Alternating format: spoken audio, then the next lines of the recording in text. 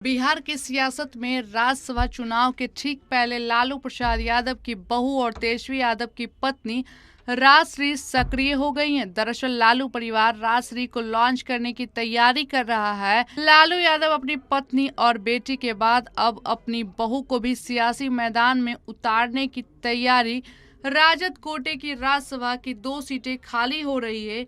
एक सीट पर राजश्री यादव को राज्यसभा भेजने की तैयारी कर रही है। जी हां, बता दें कि बिहार के पूर्व डिप्टी सीएम और आरजेडी के अध्यक्ष लालू प्रसाद यादव के बेटे तेजस्वी यादव की शादी राजश्री से 2021 में हुई थी। पहले राजश्री का नाम रेचल था। शादी के बाद उन्होंने अपना नाम बदलकर राजश्री कर लिया।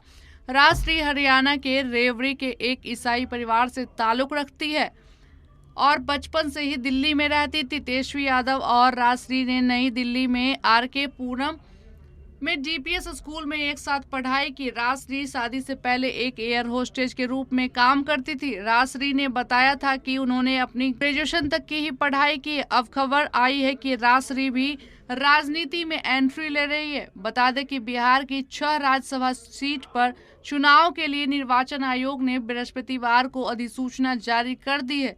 इन 6 सीटों पर सांसदों का कार्यकाल अगले महीने ही समाप्त हो रहा है। इसी के साथ राज्यसभा के द्विवार्षिक चुनाव के लिए नामांकन प्रक्रिया भी शुरू हो गई है। नामांकन पत्र दाखिल करने की प्रक्रिया 15 फरवरी को समाप्त हो जाएगी। इन आधा दर्जन सीट में से 3 सीट राज्य के सत्तारूढ़ राष्ट्रीय जनतांत्रिक गठबंधन और महागठबंधन के पास है।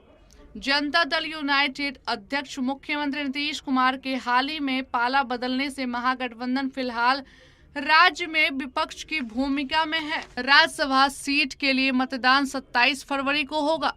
स्थापित परंपरा के अनुसार मतदान सुबह 9 बजे से शाम 4 बजे तक होगा, जबकि मतगणना उसी दिन शाम 5 बजे से होगी। जिन सांसदों का मौजूदा कार्यकाल समाप्त होने वाला है उनमें वशिष्ठ नारायण सिंह और अनिल हेगड़े, सुशील कुमार मोदी, मनोज कुमार झा और अशफाक करीम और प्रदेश अध्यक्ष कांग्रेस के अखिलेश प्रसाद सिंह भी शामिल हैं। भारतीय जनता पार्टी नीत के राजद के 3 उम्मीदवार आसानी से राज्यसभा के लिए निर्वाचित हो सकते हैं।